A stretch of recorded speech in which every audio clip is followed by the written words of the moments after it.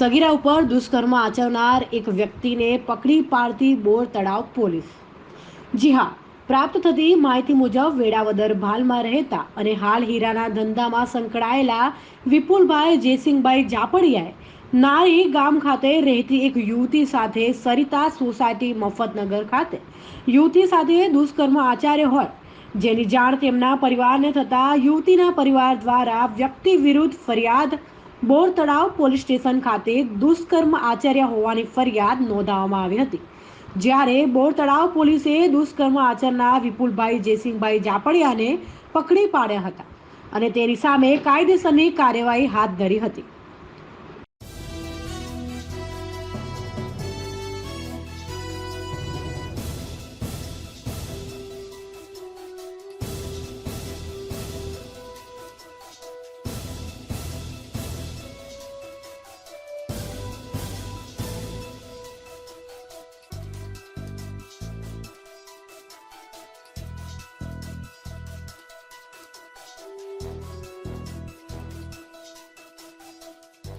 KNK news, Ahmedabad.